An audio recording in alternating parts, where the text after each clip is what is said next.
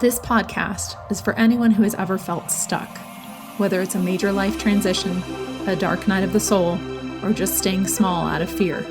If you've ever struggled to move forward, if you're repeating unhealthy patterns in relationships, or you have a black belt in beating yourself up, you were meant for more, and this podcast is for you.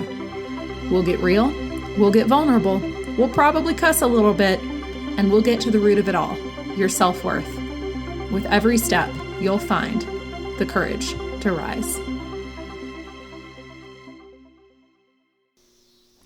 On today's episode, I want to share a bit about what I've been going through for the last several years. And what's so interesting is, as I alluded to in the opening episode of season 3, this podcast has evolved, and there was a period there in season 2 where I really didn't know what it was going to evolve into.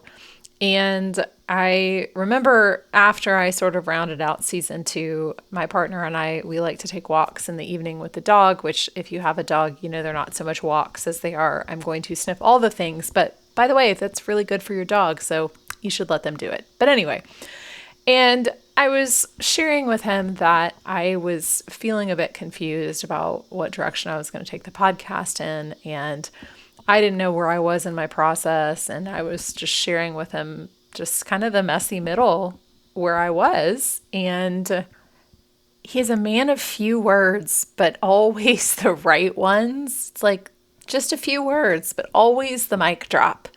And he said, "Well, why don't you talk about that?" And I went, "Oh, well, that one was pretty obvious, wasn't it?" And that's kind of what I do. And season 2 was very much about my experiences and opening up to you all about sort of what I went through, my deep dark night of the soul, and my healing journey from there. And my healing journey then really turned into a deep growth and expansion journey, but I was no longer sure exactly how to talk about it and communicate about it. And frankly, some of the experiences and the elements that I've worked through have become deeply, deeply spiritual and esoteric. And so I really haven't been sure how to find the words to talk about these things, but that's why I had season 3 set up to basically be exactly that, because it's me sharing my process, sharing my lessons for this next chapter of my own growth and evolution. And again, I had been sharing with my partner, just musing some things that I was talking to him about today. And he said, "That'd be a really good podcast episode." And I was like, "That would be a really good podcast episode. Thanks, babe." What I had communicated to him was that I feel like in many ways, I am going through some of the hardest and most challenging growth of my life, but it looks so different now than it did in early days that it's almost sneakier, and I didn't really notice it. So I want to start with positioning this through the idea, you all know I like to use examples that are more concrete and tangible. And so I oftentimes use fitness examples because that's something very demonstrative and we can see it, right? We can actually see it in the physical. And emotional growth and internal evolution, sure, it leaves signs and it leaves clues, but sometimes it's not as obvious. And so I was reflecting on the fact that if you are a person who has maybe exercise has never been a big part of your life before, and you go through a season where suddenly you've decided you would like to take excellent care of your body and just see what your body is capable of, there's a period of time where you start to see very obvious gains, both in potential shedding of extra weight and in development of muscles you didn't know you had, and in increases and gains in your strength. And it can be a very exciting and rewarding time, because for anybody that has ever put time and energy into crafting and creating strength and flexibility in their body, that shit takes time and it's not easy. And it requires making certain decisions and scheduling your time and making sure you have time to work out and making that a priority in your life to really take care of and honor your body and be mindful of what you're putting in your body, right? All these micro decisions that we make that ultimately are going to lead you to the outcome that you want, which is a healthier, stronger, and more active body. And you really do go through a period where you see these massive leaps and bounds of growth. You know, if you have taken before and after pictures, there's some of the fitness programs I've done in the past where they encourage people to do that, because sometimes it's difficult to see the changes in your body, and you do a before and after picture and all of a sudden you can see, oh, wow, like, you know, I have shoulder muscles I didn't know I had. And so those leaps and bounds of growth, they can just be very motivating, and it's a very exciting period. And then what happens is you develop a new baseline level of fitness and of strength, and suddenly you're not seeing those same exponential leaps. You may have hit a set point where your body is very happy and healthy at the weight you're at, for example. And so you're no longer seeing dramatic weight loss and dramatic gains in strength, because you now have a very strong, solid baseline level of fitness. And then to start to create greater strength or refinement or development, it's going to take more surgical precision. This is when people get into things like fitness competitions or, those types of things, or they really just want to increase their strength or their cardio, whatever that may be. It's going to take a more precise approach. It's going to take a different approach, and it's going to be micro moves. It will no longer be these massive gains and, massive wins. And sometimes psychologically, that can feel challenging, because we have gone through this period where we get very excited about the wins and the evidence that we're seeing that we're making progress. And that's a paradigm shift to make, that, oh, this looks different. I was seeing the external physical reward of the outcome that I was looking for, and I really enjoyed that high, and now things have gotten more nuanced. And I was reflecting on the fact, I used that in talking with my partner about how I've been feeling, because as you all know, if you've been around my journey, if you've listened to the first season, I went through a really dark time at the end of 2016, and that was sort of the catalyst for the trajectory that I've been on ever since, frankly.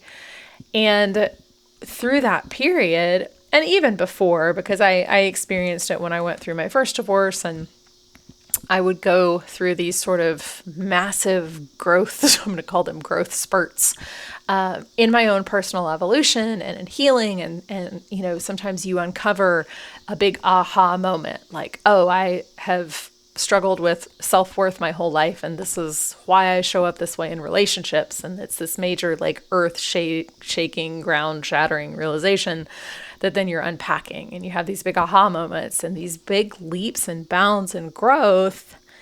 And that was, for me, the period from 2016 to the end of 2022. And I did it was massive healing work. And I really saw those same leaps and bounds of growth and progress.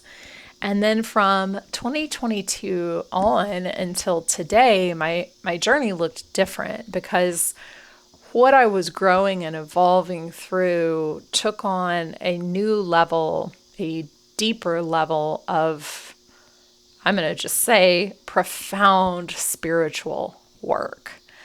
And I was reflecting on why my life is truly better than it ever has been. It is so much richer and fuller, and I am more content, more fulfilled, more grounded, more centered than I ever have been. It is the new baseline, using that fitness analogy. It's my new baseline of fitness.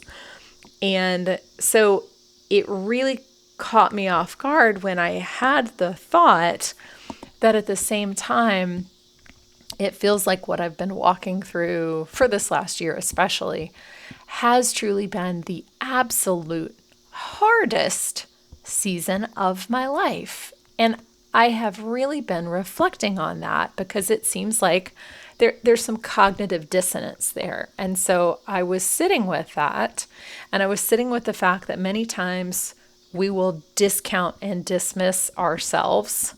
And the other interesting thing I want to say is that really all the lessons and the things you learn, y'all, there's nothing new under the sun. And these lessons that we learn, it's like you're just learning new levels and new layers of them, right? You're learning nuances of them, because in the same way that I talk about avoiding the shoulding and supposed tos, I realized that very subtly I was doing that to myself as well, of, well, but your life is great. Like, how in the world could you say that it has felt harder than any other season? And it didn't make sense. And that's usually what we do, is we try to make it make sense. And then when it doesn't make sense, according to the construct that we're using, we dismiss ourselves or we push it back into the corner. And really what I realized was, oh, that's what this is. It is no longer, I think I told my partner, I said, the lessons and the learning gets sneakier. It's so much sneakier than ever before. And it's so much more challenging because it no longer feels like this major existential crisis. It no longer feels the same way that it did in the early days of my healing journey, where I felt like I was just hanging on by a thread and I was just trying to dogfight my way through everything and, dramatic this and traumatic that. And it's not like that anymore. It feels different. And it reminded me of that fitness analogy. And I was also reminded of, it's sort of also comparing it to levels of schooling, because, we start in elementary school and middle school, high school, and people may progress to college or to higher levels of education. And I realized I want to be clear, none of this is a better, worse, more, less advanced. It is nothing about that. It is merely an acknowledgement of where I am in my personal journey.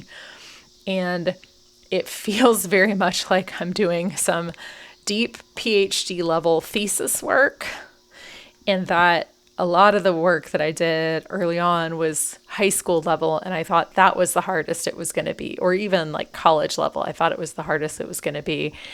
And it's not necessarily that you're learning new information, because if you think about it, you learn the fundamentals of mathematics, for example. I can't believe I'm using a math example. I am not a math person. But anyway, you learn the fundamentals of math, and then you just continue to expand and refine those as you go. And then you get into PhD level work, and it's just a whole other level of it, right? And so the growth never ends. It's just that the lessons and the learnings are more nuanced and sometimes more challenging in very sneaky ways. And the reason that I'm speaking about this, partly because I promised I was going to speak about my experiences, but also because it's really framing that the same skill sets that we use, that we've built to navigate our early stages of healing and growth, are the same toolkit that we're going to continue to use as we continue to expand and evolve in new ways. Because the other thing I also know now is I have a deeper sense. It's a very strange, sometimes there aren't words for these things, because on the one hand, I have a very deep calm and a very deep sense that everything is exactly as it's meant to be on my journey. And so I don't get sucked into what I used to experience as a very dramatic relationship to sort of my growth and healing process. And now it's just sort of a very calm, this is what it is, and I know what it is, and I know what I'm being presented with. And I know the lessons that I have learned. I know where my pitfalls are. I know that when I'm experiencing something like that, historically, my default is to overwork myself and try to do more to work my way out of it, when really what I'm being called to do is do less and be more and sit with my connection to myself, my higher knowing, my intuition, to whatever name resonates with you as whatever your personal belief system is, to sit with the divine, the all in all, and to be present with that, because ultimately that's where the answers, and I don't even know if it's answers so much, but that's where the knowing is. And what I have found in my experience on this journey is that we're really just going to repeat and refine lessons. It's like you circle back over things, but you're a new person, you're in a new place. And I think how I experience is really the example I gave of progressing through levels of schooling. You've learned sort of the basic level. Well, now you're moving to level 2. Right? You know the fundamentals of math, and now you're going to another level and continuing to refine it, but the same fundamental principles are there. And so I think that it's important to understand that this is why you build the resilience. This is why you have this awareness of self, is not because there is ever a place to arrive. The arrival fallacy is the idea that there is somehow on the other side sunshine and rose petals, and that's all there ever is, and we never experience any kind of hardship or any kind of challenge in life. That is not the human experience, and I don't know any other way to say it. This earth plane is not that. We can choose to make it harder, or we can choose to make it more enjoyable, and that is ultimately our choice.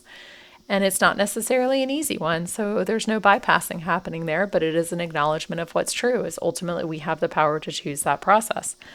Because being in this earthly experience and being incarnated in human form means we're going to have challenges, we're going to have growth opportunities, and how we choose to approach that is part of what the lesson is in general.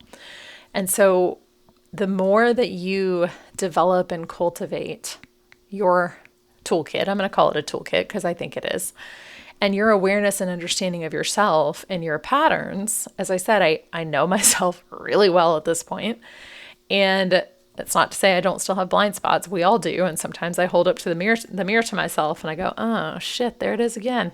Didn't see that one. That was sneaky. But you know yourself, and you know, oof, I have a history or a pattern of perfectionism or pushing or whatever it may be, or I know when I get a certain way, this is how I respond. Like I said, for me, my cue is that I will want to do more. If I'm feeling any type of way, if I'm feeling overwhelmed or uncertain, my default response before I catch it and choose again is I want to do more, push more, have more on my to-do list, like action it into being something different. And that's the opposite of what I need to be doing. That's how I think most of us are conditioned. But again, I'm just speaking from my experience. That's my sign to actually slow down and be with myself and sit with, okay, here's what's present for me. What do I know to be true? Which I think is a very important question to ask ourselves. What do I know to be true? Remind yourself, what do I know to be true? And that's how I continue to navigate my own evolution and my own growth through whatever the process is that comes, are those reminders that I've developed this baseline level of fitness, and now that it's nuanced and it's precision and it's micro movements. You know, it's much like when you're growing and evolving through something, it's kind of like a professional athlete, right? They're not going to see, in order for them to get an extra second, let's say for a marathon runner or a track competitor, for them to get an extra second, which could make the difference between winning or losing a race, it's going to be very nuanced and precise, and they're going to have to do a lot of work to get that extra second out of them. But it's there and it's possible. But it really was just a good reminder to me that the big leaps and bounds of growth just look different after a certain point. And it's beautiful in its own way. But that, as I was joking with my partner, I said, I think the lessons get harder and they get sneakier. But it's because you're prepared for them and you are ready for them. And it's the reminder to take everything that you've learned and cultivated and continue to tend to it and continue to, I want to make a gardening analogy, but really continuing to cultivate it, because that is how you continue to grow and navigate through these next evolutions. And I do see it as an evolution. I see all of human consciousness, but I would say especially people that are drawn to me, because I don't think you would be listening to my podcast if you weren't. That would be a weird way to spend your time. But it's an evolution of consciousness. Its growth is not linear. I see it also more as a spiral, because we do spiral back over similar themes many times, but we're coming at it from a new perspective. We're coming at it from a new lens, from a new place, and we're learning new things from it. So it's not actually ever going backwards, although sometimes I know it can feel like it. But just think of it as a spiral upward in your own consciousness and in your own evolution. And what you've done, or what you're doing, is you're building your toolkit and you're building your baseline so that you have that level of fitness to navigate that next layer and that next evolution, and understanding that you're ready for it and you're prepared for it, or it wouldn't be presenting itself to you. So those are my nuggets for this week. And I have to give a shout out to my amazing partner for reminding me that this would be a great podcast episode. So sparkle on, my loves. I hope you enjoyed this episode of the Courage to Rise podcast. Visit my website, couragetorise.com, for more information on one-on-one coaching, group coaching programs, and other upcoming events. Remember, life's too short not to sparkle. Sparkle on.